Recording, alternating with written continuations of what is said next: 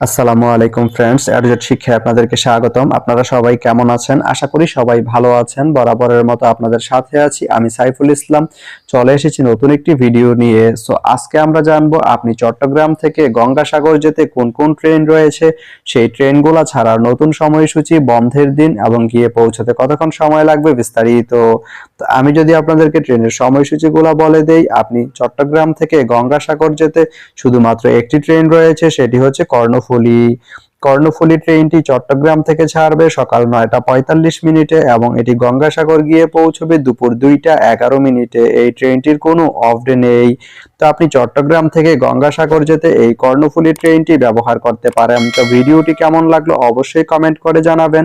আর ভিডিওটি যদি ভালো লেগে থাকে বা আপনার কোনো উপকারে এসে থাকে তাহলে ভিডিওতে একটা লাইক করে দিবেন, কারণ আপনার একটা লাইক আমাকে অনেক ইন্সপায়ার করে নতুন নতুন আরো ভিডিও বানাতে। তো ধন্যবাদ সবাইকে ভিডিওটি এতক্ষণ ধৈর্য ধরে দেখার জন্য। ভালো থাকবেন, সুস্থ থাকবেন, এডুজেট শিক্ষার সঙ্গেই থাকবেন।